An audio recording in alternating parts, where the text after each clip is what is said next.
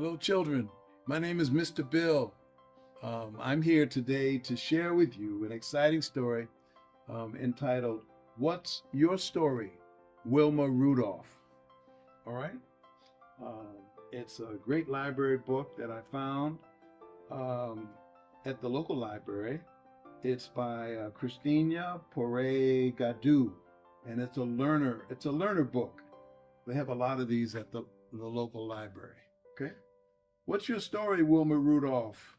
And this is the Cub reporter, and this is his question for Wilma Rudolph. We'll find out more about Wilma real soon. Okay? The book was written in 2016. It's under Learner Publishing Group Incorporated, and the story is written by Christina Poré Gadou. Okay, the reporter asks a question of Wilma Rudolph. The reporter says, "Hi, friends. Today I'm talking to somebody very special. Her name is Wilma Rudolph. Wilma, would you tell us about yourself? We'd love to learn about your life." And so Wilma says, of course. In 1960, I became the first woman to win 3 gold medals in track and field in a single Olympics. Wow. After that, people called me the fastest woman on earth. Black people didn't have the same rights as white people then. But when I came home from the Olympics, I was an American hero. My accomplishment was important to me for another reason too. You see, for much of my childhood, I couldn't walk. I had to work harder than other athletes to run well enough to win races. Okay, and here's Wilma Rudolph's picture, and here are her medals. She won 3 gold medals. Wilma Rudolph shows off the 3 gold medals she won at the 1960 Olympic Games. Boy, that's a long time ago. 1960. I was a child myself then. Wilma says, after the bear asked her this question, "Where and when were you born?" Wilma says, "I was born in a part of Clarksville, Tennessee, called St. Bethlehem, on June 23rd, 1940. I was number 20 of 22 children." Can you believe that? She was number 20 of 22 children. My father had 11 children with his first wife. Then he had 11 more with my mother. I was a tiny baby. I weighed less than 5 pounds, 2 kilograms, when I was born. It's hard to believe I grew to be nearly 6 feet, 1.8 meters tall. She was 6 feet tall. Can you imagine? My goodness. And here's a picture of Wilma and her sister. Wilma on the right, age 6, poses for a photo with her older sister, Yvonne. They look like, you can tell they're family. Wilma came from a large family with lots of siblings. 22 brothers and sisters, my goodness. "Why weren't you able to walk when you were a child?" Mr. Cub asks of Wilma. Wilma says, "When I was 4 years old, I got very sick. I came down with 3 different illnesses. They were called pneumonia, scarlet fever, and polio. Many children died from polio back then." She goes on to say, "I was lucky enough to survive, but my left leg was paralyzed. That didn't stop me from getting around, though. I hopped on 1 foot everywhere I went. The school my brothers and sisters went to wouldn't let me attend because I couldn't walk. I cried every morning when I watched them leave for school." Here's a little bit more about the health challenge that she focused and she faced. This boy has braces on his legs. His legs were paralyzed when he had polio. Wilma had polio as a child too. Her legs were paralyzed. And you see this little boy, and Wilma as well, also had on braces so that they could walk. How did you learn to walk again? Mr. Cub asked.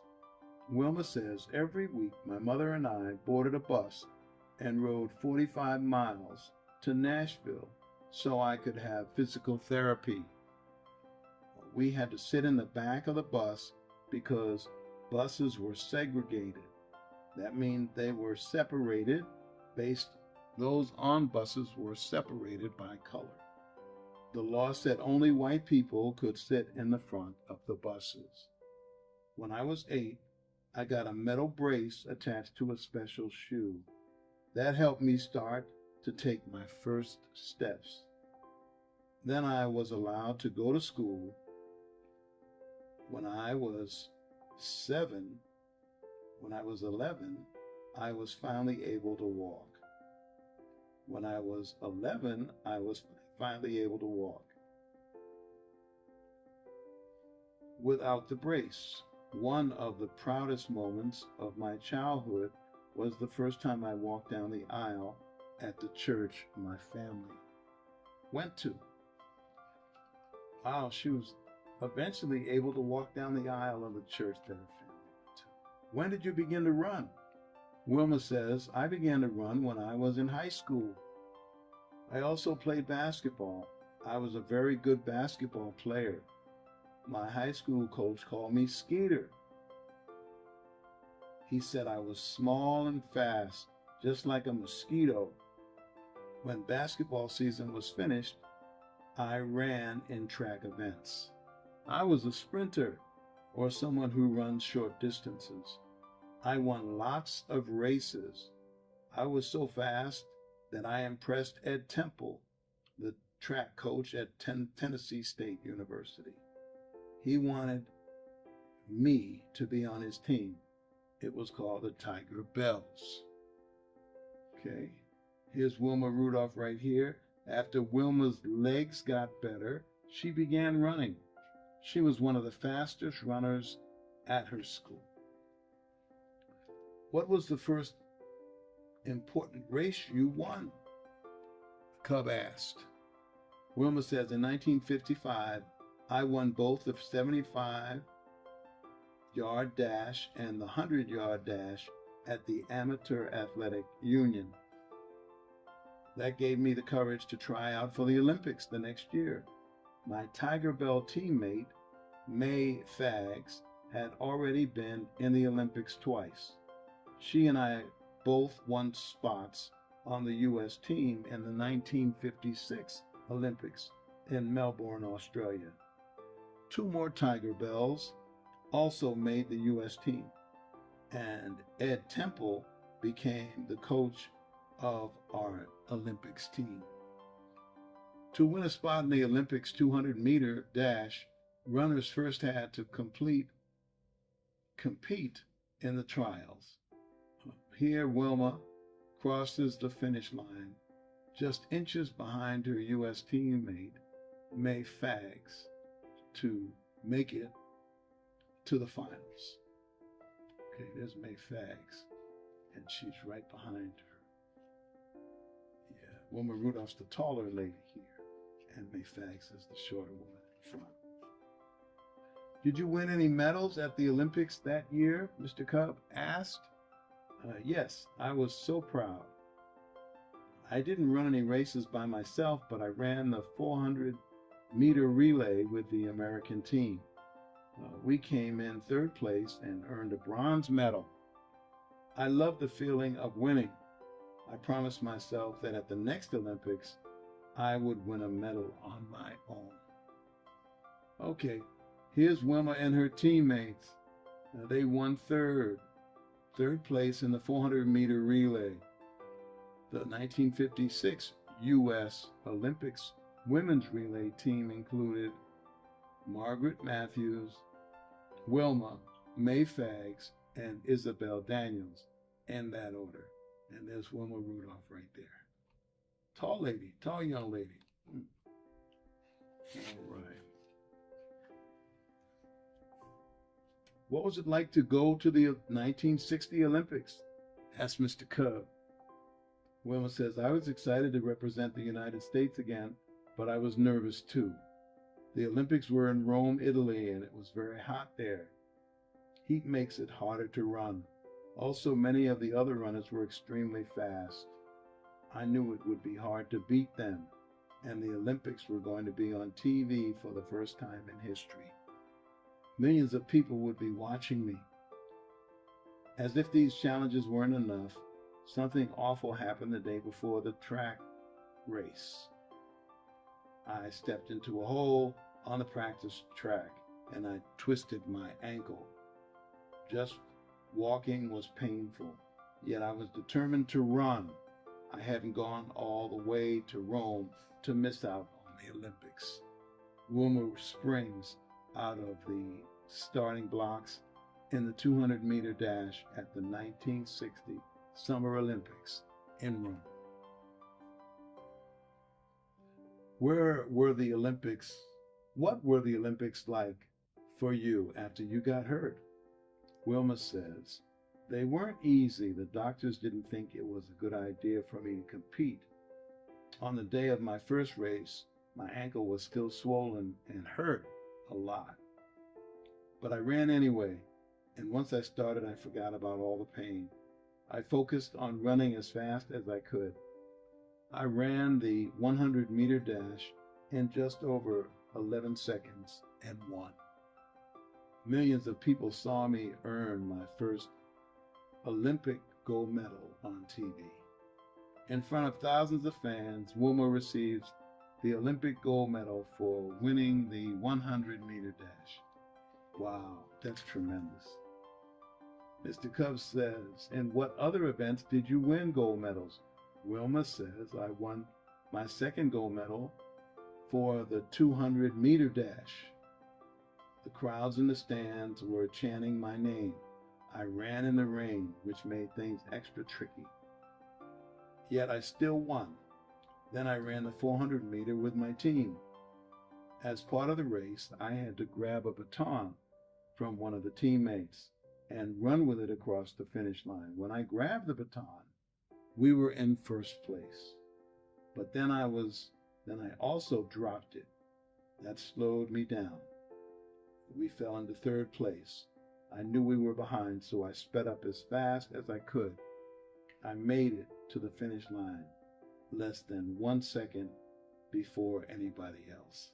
So you see Wilma here, she carries the baton across the finish line. The finish line is right here to help the 1960 U.S. Women's Olympic team, relay team, win the gold medal. Wilma and her teammates received gold medals for their win in the 400-meter relay. Okay. What happened when you came home from the Olympics? Oh my, this is exciting. Wilma says the town of Clarksville, where I lived, held a big parade in my honor. It was going to be segregated, like parades were in the South, but I refused to be a part of it if it was segregated. So I decided that black people and white people could both attend the event after all. It was the first public event in Clarksville and wasn't segregated. I received other honors too. I was named Woman Athlete of the Year. President John F. Kennedy even invited me to the White House. The town of Clarksville honored Wilma's achievements with a parade when she returned from Rome. Wilma insisted that both black and white people be allowed to attend. Mr. Cub says, did you keep running after you won the gold medals? Wilma says, I retired from running in 1962. After that, I taught school and worked as a track coach. In 1967, I joined Operation Champ. This program organized a group of attendees who coached children and teenagers who didn't have anyone to teach them how to play sports. I loved sharing my story and my skills with them. In 1981, I started the Wilma Rudolph Foundation to help even more young people train in sports. It was important for me to give kids a chance to find and build their skills in athletics. Wilma overcame great odds to become an Olympic gold medal runner. She was a great role model for women, African Americans, and athletes of all kinds. And this is the last question. Mr. Cub will ask, how did your achievements make a difference in the world? Wilma says, my success as a strong female athlete has encouraged young women, and especially young Black women, to be athletes too. I'm proud of that. But I'm even prouder that my life inspired all young people, Black and white, to follow their dreams. My life shows that with determination and desire, you can overcome almost anything. And that's a tremendous lesson to learn, and something you want to keep in your heart and in your mind. My life shows that determination and desire can overcome almost anything. And that's the message that Wilma Rudolph shares with us all. Thank you. And it's a great book. It has additional information in it that you want to read. And it's a book that takes us back to the 50s and 60s in terms of athletics and athletes during that period of time, especially women of color. Thank you very much. Hope you enjoyed this. Have a great day.